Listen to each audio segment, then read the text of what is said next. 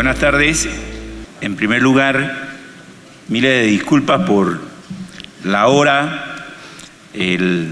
después de almuerzo, después de dos excelentes conferencias. Sobre todo, me corresponde hablar después de un miembro de nuestro Instituto Colombo Panameño,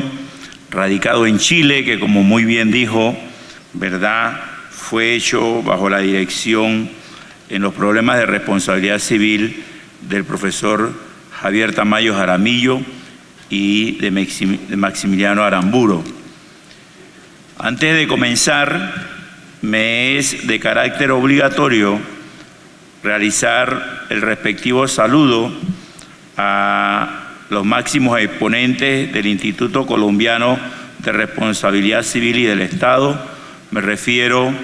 a don Andrés Orión Álvarez Pérez, quien es su presidente, y por conducto de él a todos sus miembros, y para uno de sus presidentes y además impulsador y muy querido en nuestro país, cuya doctrina y libros son de obligatoria lectura tanto en las universidades como por la jurisprudencia de nuestra Corte. Me refiero al doctor Javier Tamayo Jaramillo, que a todos nosotros nos ilustra en cada una de sus charlas, exposiciones, conferencias, artículos y libros. De igual manera, quiero extenderle el saludo a toda la delegación panameña que nos honra con su presencia en esa cordialidad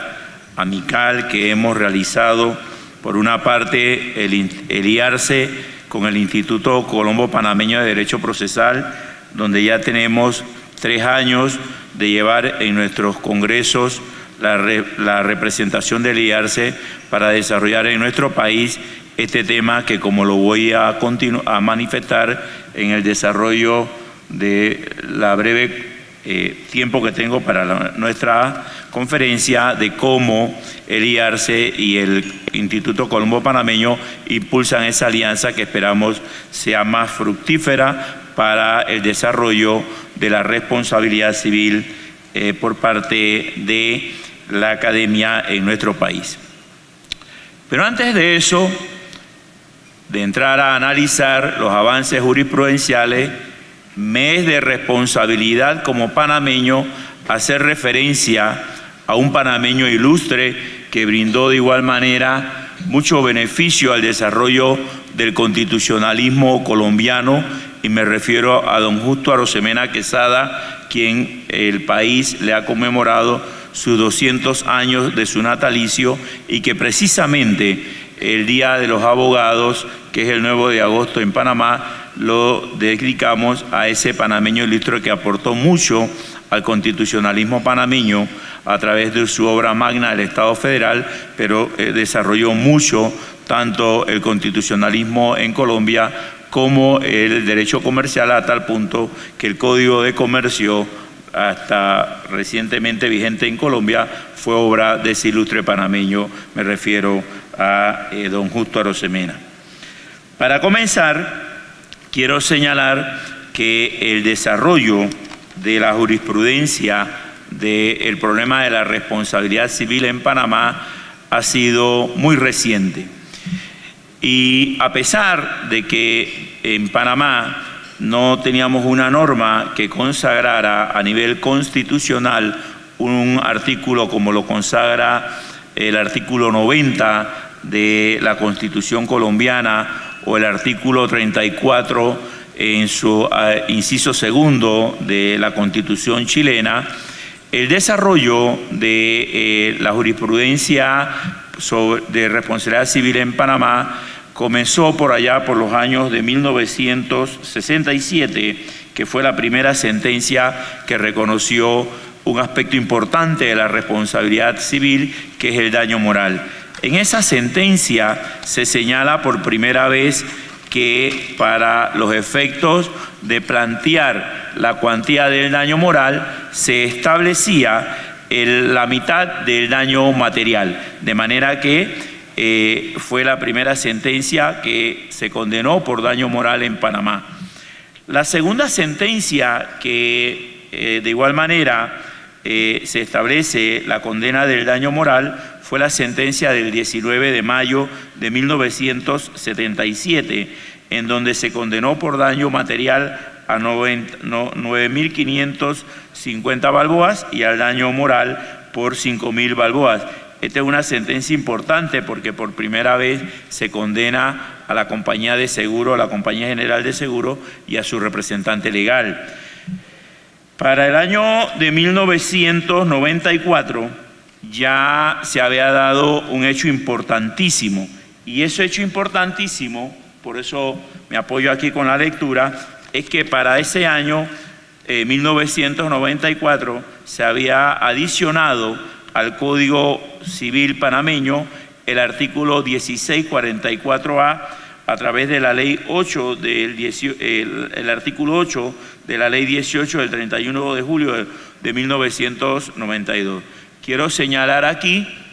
como un deber personal que esta ley fue impulsada por el Instituto Panameño de Derecho Procesal bajo la dirección del profesor y maestro Jorge Fábrega Ponce y en ese momento el licenciado Adán Arnulfo Arjona, que nos honra con su presencia. Y en ese artículo 1644A se establece que dentro del daño causado se comprende tanto los daños materiales como los morales, y que por daño moral se entiende la afectación que una persona sufre en sus sentimientos, afectos, creencias, decoro, honor, reputación, vida privada, configuración y aspecto físico, o bien en la consideración de que de sí misma tienen los demás. Es un artículo extenso y lo importante pues es que por primera vez el daño moral cuando haya afectado a la víctima en su decoro, honor, reputación o consideración, el juez ordenará a petición de esta y con cargo al responsable la publicación de un extracto de la sentencia que refleje adecuadamente la naturaleza y alcance de la misma a través de los medios informativos que se consideren convenientes. En los casos en que el daño derive de un acto que haya tenido difusión en los medios informativos, el juez ordenará que los mismos den publicidad al extracto de la sentencia con la relevancia con que hubiera tenido la difusión original. ¿Y por qué hago referencia a ese artículo? Porque a partir de ese artículo se condenó en el año de 1998, a través de la sentencia del 26 de enero de esa fecha, por primera vez, variando el criterio que la Corte había tenido hasta la fecha, que por daño moral se condenaba a la mitad del daño material, y en esta sentencia, bajo la ponencia del magistrado Eligio Salas, se condenó única y exclusivamente al pago de $50.000 a los daños ocasionados a un expresidente de la República por una publicación que se había hecho a través de un diario por parte de una persona que había señalado que él usufructuaba un piso del Banco Nacional sin pagar canon indemnizatorio y que por lo tanto lo había usufructuado con más de 10 años. Como se demostró en la sentencia que eso era cierto, entonces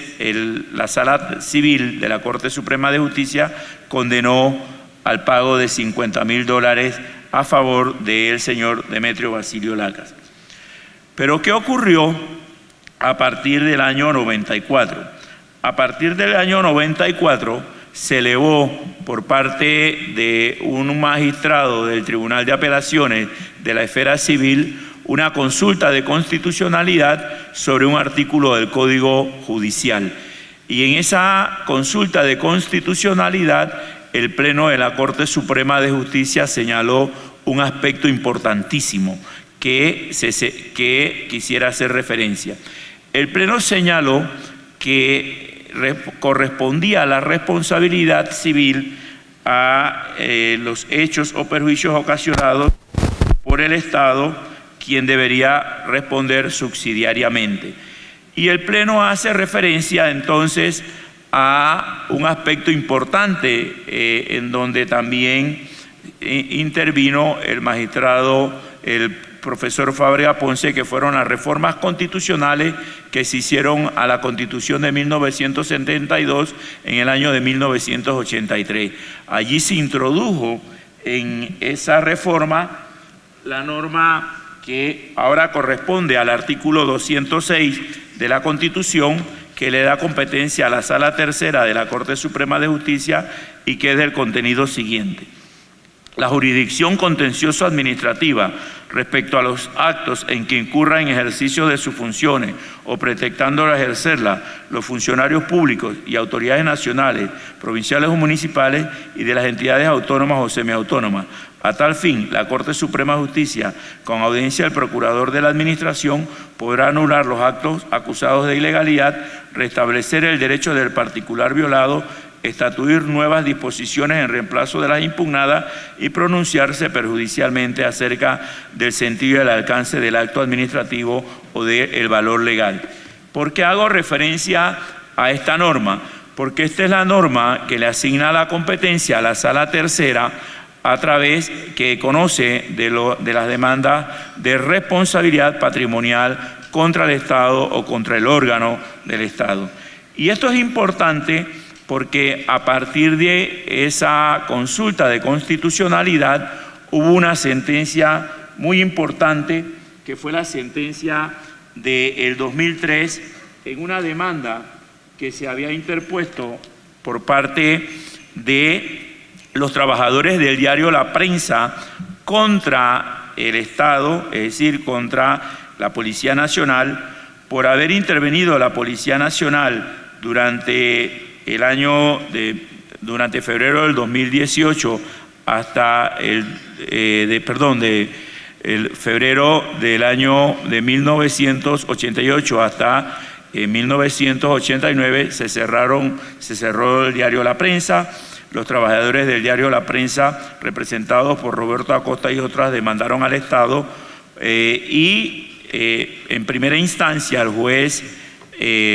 civil que conoció el caso presentó un incidente de falta de competencia, alegando que él no era competente para conocer del caso. El Tribunal Superior decidió que la jurisdicción civil era competente, por lo tanto el juez civil condenó al Estado. El Tribunal Superior ratificó la sentencia de condena del Estado, modificándola únicamente en cuanto a la cuantía respecto a los intereses.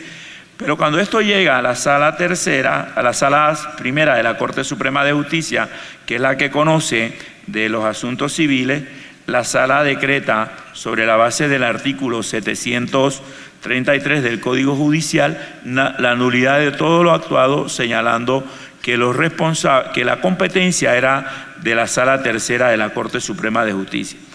Esta sentencia, que fue bajo la ponencia del magistrado Alberto Cigarrita, le costó al magistrado Cigarrita la oreja del periódico por aproximadamente como por un mes, declarándolo non grato, sobre todo porque el magistrado había declarado la nulidad de todo lo actuado a dos sentencias que ya tenían condena.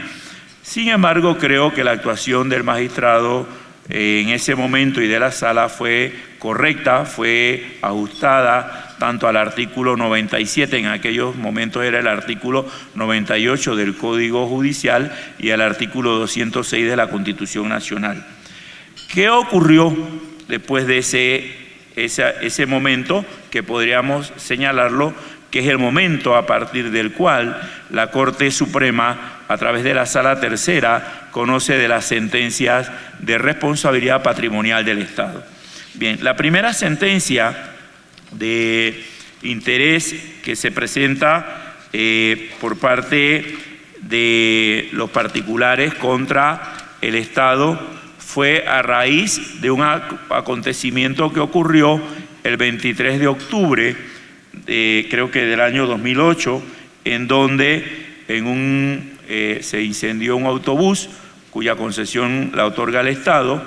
y se demandó por parte de una de las personas afectadas al Estado por la suma de 15 millones de balboas. Al final, la Sala Tercera señaló que la responsabilidad no era del Estado, sino de los propietarios del autobús y del conductor, que fueron negligentes en la transportación de los pasajeros, en donde murieron, ¿verdad?, muchas personas, y muchas personas sufrieron los efectos de lo que conlleva el incendio de un transporte colectivo. Esa primera sentencia, que fue del 24 de mayo del 2010, exoneró al Estado de responsabilidad. Pero a partir del año 2015-2016, la jurisprudencia de parte de la Sala Tercera ha comenzado a condenar al Estado por razones de responsabilidad negligente de su funcionario. Y me refiero a 3 sentencias que, para aminorar el tiempo, señalaré respetuosamente. La primera sentencia se condena al Ministerio de Educación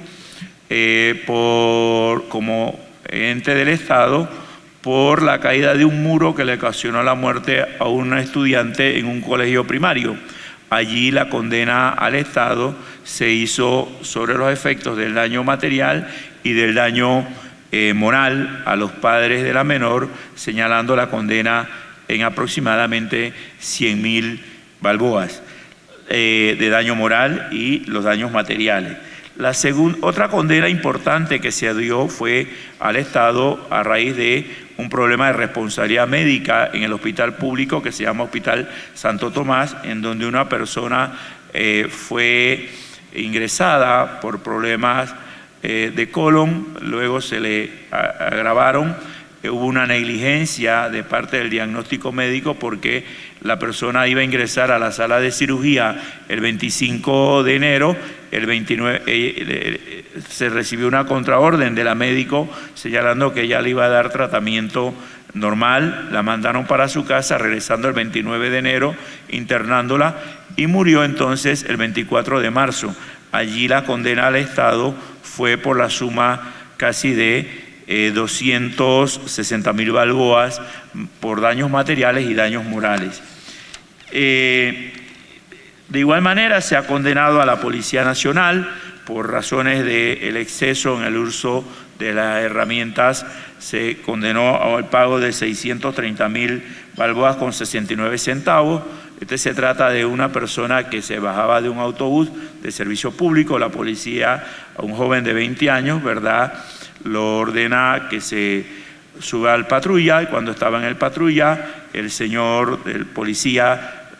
saca su arma de fuego y le dispara en sus 2 piernas, causándole una gangrinación en una de las piernas, llevándolo de urgencia al hospital. Se le tuvo que amputar la pierna, se condenó a la policía por daño moral y por daño material, y la condena al Estado.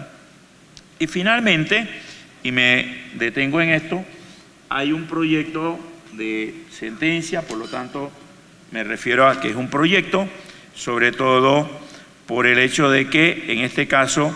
la Sala ha introducido un elemento especial, que es incorporar el principio de convencionalidad, y me refiero, ¿verdad?, a la Convención Americana de Derechos Humanos, que así fue ratificada por Panamá en el año de 1978, obligando a garantizar y a respetar los derechos humanos, la integridad personal, los derechos del niño, a través de la Convención sobre los Derechos del Niño, que entró a regir en Panamá a través de la Ley 15 del 16 de abril de 1990, en donde se establece la responsabilidad de los Estados partes, y se está señalando, ¿verdad?, allí una condena de carácter tanto pecuniario a la policía y medidas de restablecimiento de derechos sin carácter pecuniario. Quiero hacer referencia a esto porque estas medidas de restablecimiento de carácter no pecuniario, que también forman parte de la indemnización del daño, obligan a la policía, como se ha obligado por parte de la Convención y por parte de la Corte Interamericana de Derechos Humanos, primero a que el director de la policía, la Policía Nacional, encabezada por su director, y los familiares establezcan una placa a donde ocurrió un accidente, donde murió una menor, ¿verdad?, en un retén de la policía por negligencia de la propia policía. En segundo lugar, a que se establezca, ¿verdad?, esa sentencia se publique por parte de la policía en todos los medios de su institución por espacio de 5 años, para evitar que se continúen estableciendo daños de esta naturaleza y que las unidades de la policía establezcan pues las medidas de control o de retenes adecuadamente. Se establece de igual manera, ¿verdad?, que la Policía Nacional haga sus disculpas públicas a la familia, y como era una menor de origen indostano, a la comunidad indostana por el hecho de el daño ocasionado con la muerte de esta menor de 16 años. Y se establece que en el caso de que no se vean satisfechos los intereses de parte de la familia, quedan agotados los recursos por parte del Estado panameño para los efectos de que ellos puedan comparecer o concurrir a la Corte Interamericana de Derechos Humanos. Y todo esto lo señalamos porque, en primer lugar, porque consideramos 3 aspectos importantes, y aquí es la importancia de estar los panameños en este evento académico. En primer lugar, que el IEARCE ha establecido un desarrollo importantísimo a nivel de Colombia y a nivel de países como Panamá en el problema y en el estudio de la responsabilidad civil. En segundo lugar, que este tipo de eventos demuestran el carácter importantísimo de un tema que cada vez cobra mayor interés tanto por los operadores de justicia como los profesionales del derecho, que es el problema de la responsabilidad civil. Y en tercer lugar, que la jurisprudencia panameña ha evolucionado en materia de responsabilidad civil en los últimos años. Pero, ¿qué tareas nos quedan por hacer? Nos quedan por hacer las tareas de la capacitación, tanto en nuestras universidades, y en esto somos responsables los docentes, de saber por parte de las personas que comparecen a hacer ejercicio de la responsabilidad civil, de la importancia que tiene la prueba, tanto para el daño material como para el daño moral. Porque cuando se solicita el daño moral, pues tiene que establecerse la forma como el mismo tiene que calcularse, a pesar de que en Panamá no hay barómetros que establezcan la manera como debe de establecerse el daño moral. Si la norma leída, el artículo 1645A, le establece al juez unos parámetros que debe de establecer para los efectos del cálculo de sus prestaciones.